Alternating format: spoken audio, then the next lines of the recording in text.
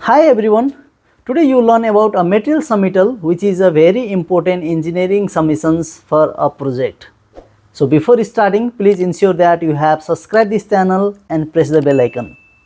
Let's dive into this topic. There are various engineering submission in a project starting from pre-qualification, method of statement, material submittal and subdrawing. And material submittal is considered as very important part of these submissions. So what is material submittal? Before starting a material submittal, let's understand a relationship between a various stakeholder in a project. Whenever a contractor has any concern regarding the information has to flow through the consultant, and the consultant relays those information to the client. And whenever the client has to give any feedback or advice to the contractor, it has to go through the consultant. So now let's move into the material submittals.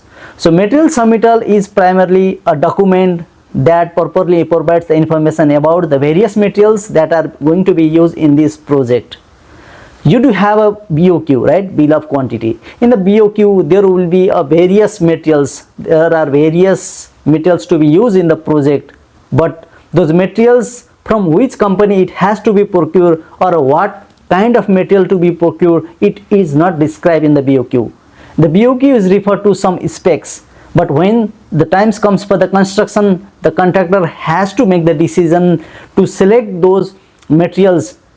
The first step is the contractor documents those materials. For example, if he has hundreds of materials to be used in the contracts, so then he has to document all those 100 materials. Let's understand how it works. If a contractor has to procure a brick, so then first he has to prepare a document of that brick from company A. The company A will provide the information of that brick, and the contractor has to validate that if it matches with the specs, if it matches with the colors. If it is fine, he moves to the next step. He has to document those information in a paper, so it will be well documented as a material submittal. He forwards this document to the consultant. The consultant or the engineer looks over those materials, checks if it matches the specs, if it matches the texture, if it matches as per the project requirement. If it is satisfied, he will forward this material submittal to the client. Wherever client will look over the various concern, either he is satisfied with the company, he will check over the company history, if the company which is supplying this material, the vendor which is supplying this material can continuously supply this material to this project or not, if he has the good reputations in the market as well or not. The client will decide on these factors, whereas the consultant decides on the spec factors, looks factors, the quality factors. If both the client and consultant are satisfied with the material submittals, then they gives the green signal to procure these materials, then it can be used in their project. There will be 4 steps or the 4 results of the material submittal. The number 1 is approved. The client and consultant approves the material without any comments, that is called approved, or known as A status. The next one is B status, also known as approved as noted. The client and consultant provides few comments on those specific materials. However, the contractor can start to procure this material, but before using these materials or delivering at site, they have to address few comments which is provided in the material submittal. The third one is the rejected. So the client and consultant can reject those materials and ask the contractor to submit a new materials from the another company. The fourth one is revise and resubmit. Maybe the client and consultant are satisfied with the company, but they are not satisfied with some spec and some terms and conditions mentioned in the material submittals. So they have to revise as per the requirement of client and consultant, which is also known as revise and resubmit or C status. So there are total of A, B, C, D, 4 status will be in the material submittal. Once the material submittal is approved from client and consultant, then the contractor can start to procure this material.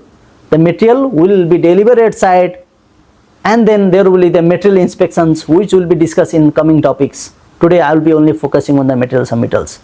So why this material submittal is important is first to ensure that the company supplying this material has the good reputations and can continuously supply this material to the project.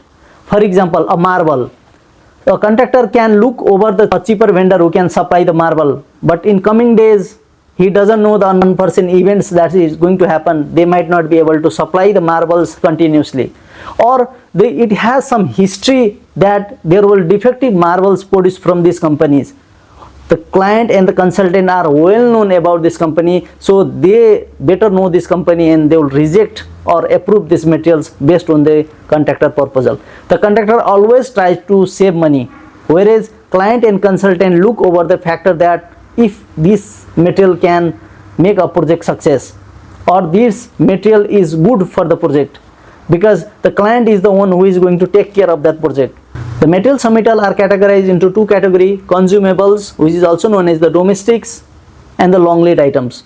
Consumable materials, also known as the domestic material, are frequently used in the project and that has a lead time of less than 4 weeks. It means the material from the factories or the warehouse will be delivered to the project site within the 4 weeks. Whereas the long lead item are very important in the project. Long lead takes more than 4 weeks up to 15 weeks from the factories or the vendors or the manufacturer to reach the site. So it is very important for the contractor to take care on the long lead items, because if these materials are being delayed, it might affect the project delivery. So the long lead item has to go through two processes: one, pre-qualification of the supplier or the manufacturer; second, the material submittals from that manufacturer. The pre-qualification of the manufacturer has to be previously submitted before the material submittal is submitted to the client or consultant. For example, you have air conditioning in your project. The air conditioning will be from Samsung, probably it will be manufactured from the Korea. Now the contractor has to provide the pre-qualification of the Samsung company, so that the client and the contractor will be ensured that the Samsung company is a well-reputed company and the quality of AC cannot be compromised. Once the pre-qualification of the Samsung company is approved, then it will move to the next step of material submittal. The material submittal will contain the information of those air conditioning materials, the various accessories, and the warranties, guarantees, and all the details of the air conditioning. After the material submittal of air conditioning is approved, then the contractor can place the order for the delivery of those materials. Whether the material is domestic or long lead, it has to go through the material submittal process to ensure that it meets the project requirement. I hope this video is informative for you. If you like to see similar videos in coming days, please do subscribe my channel and press the bell icon. See you in the next video.